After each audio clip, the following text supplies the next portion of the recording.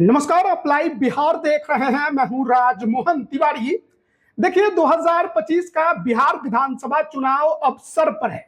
बहुत जल्द डुगडुगी बजने वाली है और ऐसे में नेता और पॉलिटिकल पार्टियां मैदान में उतरकर भरपूर तैयारी में जुट गई हैं। कहीं किसी प्रकार की कोई कमी किसी से ना रह जाए, कोई चूक ना हो जाए, कहीं कोई गलती ना रह जाए। और इसलिए कार्यकर्ता, समर्थक और पदाधिकारियों के जरिए राजनीतिक पार्टियों ने अपना पूरा दमखम झोंक दिया है। और देखिए, इस बार के चुनाव को लेकर एक और आम चर्चा चल रही है कि कौन सी पार्टी सबसे ज्यादा खर्च करने जा रही है, कौन सी पार्टी अपने पार्टी के प्रोपेगेंडा को प्रचार के जरिए लोगों तक सबसे ज्यादा फैलाने का काम करेगी, कौन कैंडिडेट सबसे ज्यादा खर्च करेगा, कौन सी पार्टी अपने कैंडिडेट को ज्यादा पैसे देगी चुनाव लड़ने के लिए।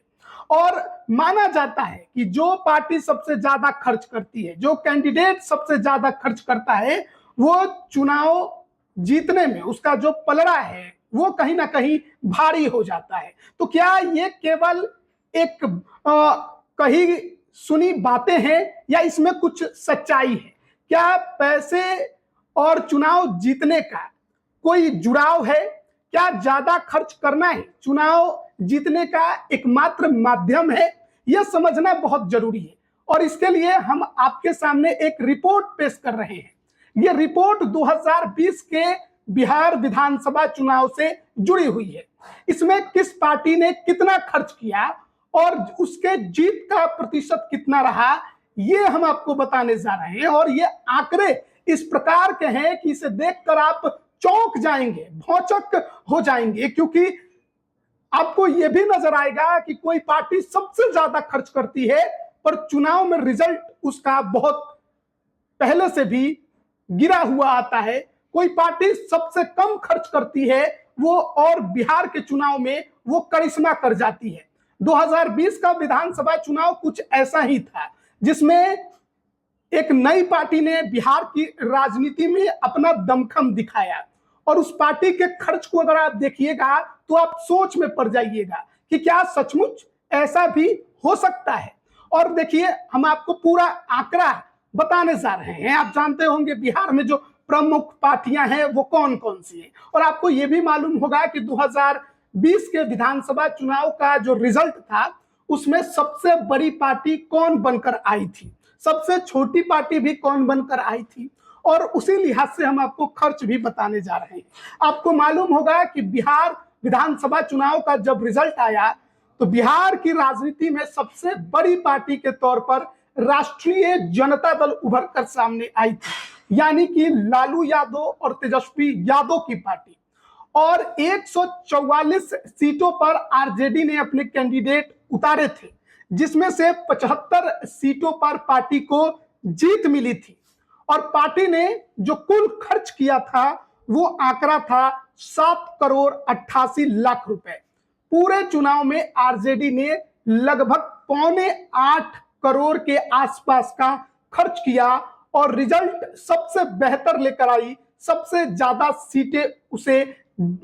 सीटों पर उसे जीत मिली। अब हम आपको बता देते हैं कि जो ये 7 करोड़ 88 लाख रुपए है उसमें 6 करोड़ 47 लाख रुपए star campaigner, media, publicity, poster, banner पर खर्च हुए। और कैंडिडेट्स पर पार्टी ने महज 1 करोड़ 41 लाख रुपए खर्च किए। कैंडिडेट्स पर खर्च का मतलब है पार्टी जो है उम्मीदवारों को पैसे देती है प्रचार के लिए, रैलियों के लिए, पोस्टर बैनर के लिए। तो महज 144 कैंडिडेट को उतारने वाली आरजेडी महज 1 करोड़ 41 लाख रुपए जो है वो कैंडिडेट पर खर्च करती है और 6 करोड़ 47 लाख रुपए पार्टी के प्रोपेगेंडा पर, यानी कि पार्टी की प्रचार प्रसार पर खर्च करती है। इसके बाद हम आपको बता देते हैं जो बिहार में दूसरे नंबर की पार्टी बनी थी, यानी कि बीजेपी। 110 सीटों पर बीजेपी ने कैंडिडेट उतारे थे, जिसमें से 74 सीटों पर पार्टी को जीत मिली।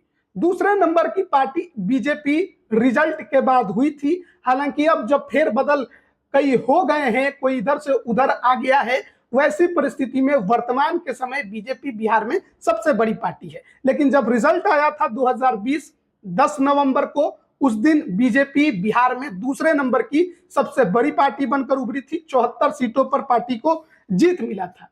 और बिहार विधानसभा चुनाव 2020 में सबसे ज्यादा खर्च करने वाली कोई पार्टी थी तो वो थी Bharatiya Janata party, BJP.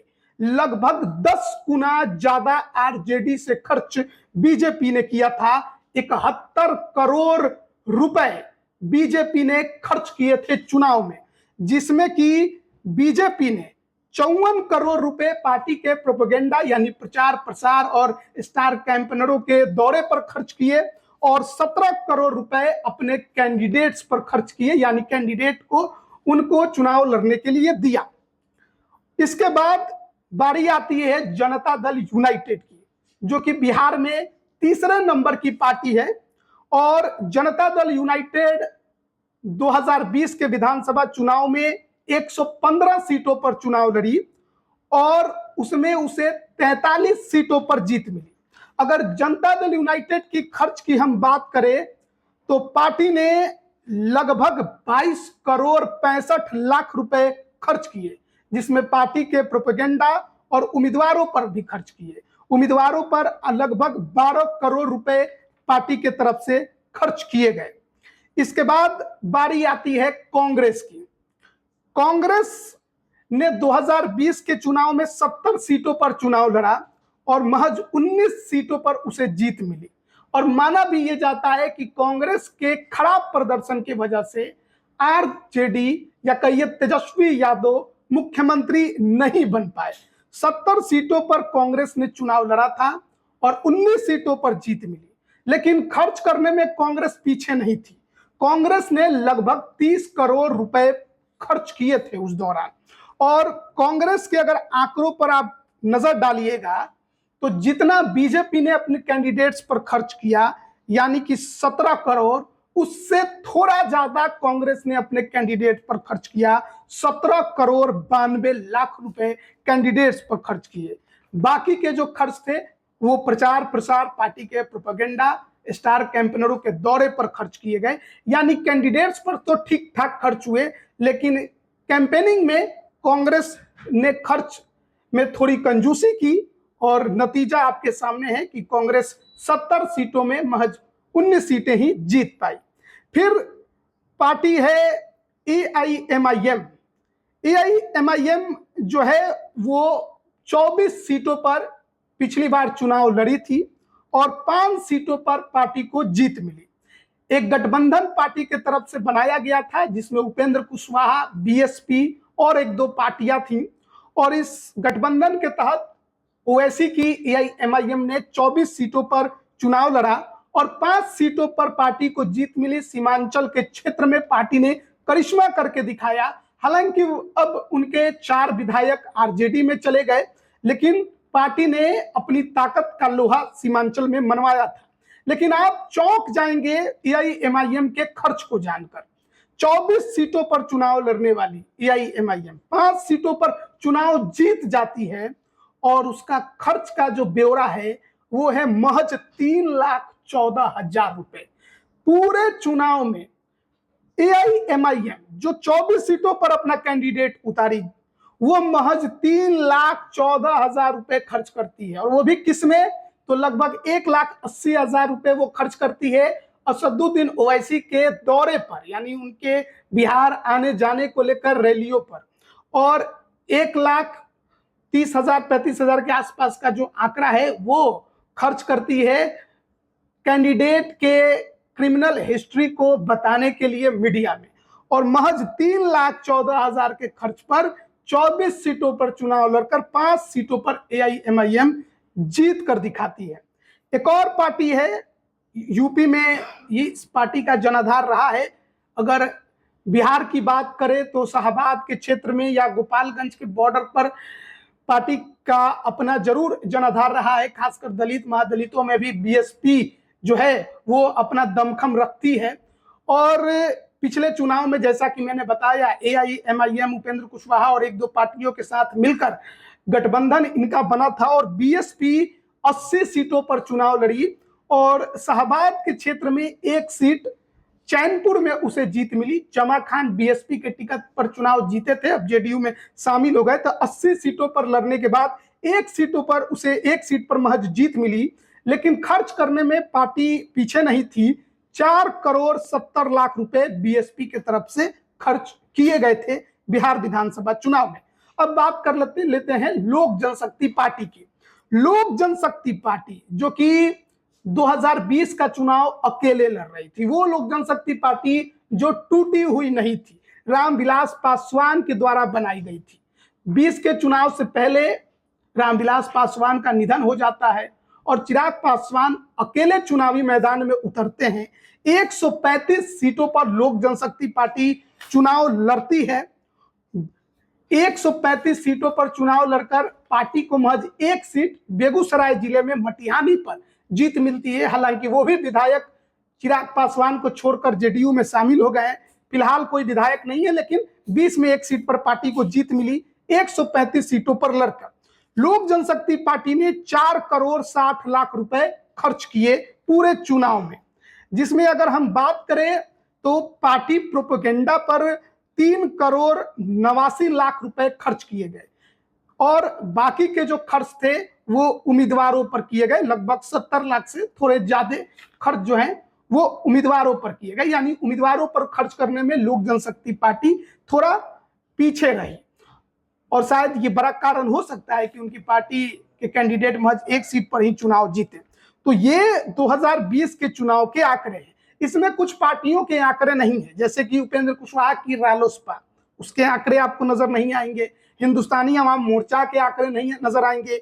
VIP party के आंकड़े आपको नजर नहीं आएंगे, क्योंकि जब हमने इलेक्शन कमीशन के वेबसाइट को खंगाला तो इन पार्टियों की जानकारी हमें वहां पर नहीं मिली।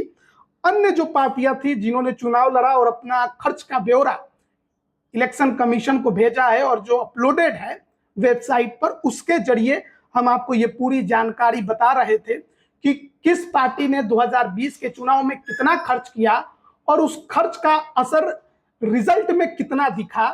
ये आप इसके आंकड़ों के हिसाब से समझ सकते हैं। बीजेपी सबसे ज्यादा खर्च करने वाली पार्टी थी, लेकिन दूसरे नंबर की पार्टी रिजल्ट में थी। आरजेडी महज 7 करोड़ 88 लाख रुपए खर्च करती है, बिहार की सबसे बड़ी पार्टी उभर कर सामने आती है। लोजपा कम खर्च करती है, भले चुनाव ज्यादा लड़ती है। जेडीयू 22 करोड़ खर्च करती है, मगर जीत 43 पर होता है। एआईएमआईएम की चर्चा करना जरूरी है, महज 3,14,000 का खर्च का आंकड़ा है और पार्टी 5 सीटों पर चुनाव जीत कर दिखाती है। तो इससे आप एक बात समझ सकते हैं कि जिसने कम खर्च किया उसने भी चुनावी रिजल्ट में अपना लोहा मनवाया, जिसने ज्यादा खर्च किया उसने भी चुनावी रिजल्ट में अपना लोहा मनवाया। तो कहीं ना कहीं चुनाव प्रचार जो है और उसमें खर्च जो है वो परस्पर जुड़े हुए हैं। आप खर्च करते हैं, लेकिन कहां करते हैं और किस लिहाज से करते हैं, ये सोचना और ये समझना बहुत जरूरी है। आरजेडी का जो वोट बैंक है वो वोकल है और वो खुलकर मैदान में उतरता है, तो पार्टी को ज्यादा सोचने की जरूरत नहीं पड़ती है, कार्यकर्ताओं पर ज्यादा खर्च करने की जरूरत नहीं पड़ती है। लेकिन और अदर जो पार्टियां हैं, नेशनल लेवल की पार्टियां हैं या एनडीए की जो पार्टियां हैं, उन्हें कार्यकर्ताओं को साथ लाने के लिए खर्च थोड़ा ज्यादा करना पड़ता है और इसी वजह से वो आंकड़े जो हैं उनके खर्च में दिखाई भी देते हैं। अब 25 का चुनाव है, इस बार माना जा रहा है कि खर्च जो है राजनीतिक पार्टियों का इस बार और ज्यादा देखने को मिलेगा। लेकिन देखना बड़ा दिलचस्प होगा कि जो अनुमान लगाए जा रहे हैं, जो माने जा रहे हैं, वो होता है या फिर खर्च के हिसाब से रिजल्ट आते हैं, या फिर जनता अपना मन जो है वो बना चुकी है और पार्टी और उनके नेता के चेहरे पर वोट मिलते हैं। देखना बड़ा दिलचस्प होगा, क्योंकि इस बार तो सोशल मीडिया भी है और सोशल मीडिया की पहुंच इस बार ज्यादा है पिछले चुनाव की तुलना में। तो इस पर कितना कुछ खर्च करती है पार्टियां, इस पर भी सबकी नजरें होंगी। हालांकि देखिए, ये आंकड़े जो हमने आपको दिए ये तो सरकारी आंकड़े आप कह सकते हैं, यानी कि जो रिकॉर्डेड है। अब कौन से आंकड़े रिकॉर्ड में नहीं है, कौन से आंकड़े छुपा लिए गए, कहां पर खर्चे नहीं दिखाए गए, ये भी चलती रहती है राजनीति में। बने रहिएगा हमारे साथ, तमाम अपडेट हम आप तक पहुंचाते रहेंगे। आप सभी का बहुत बहुत धन्यवाद।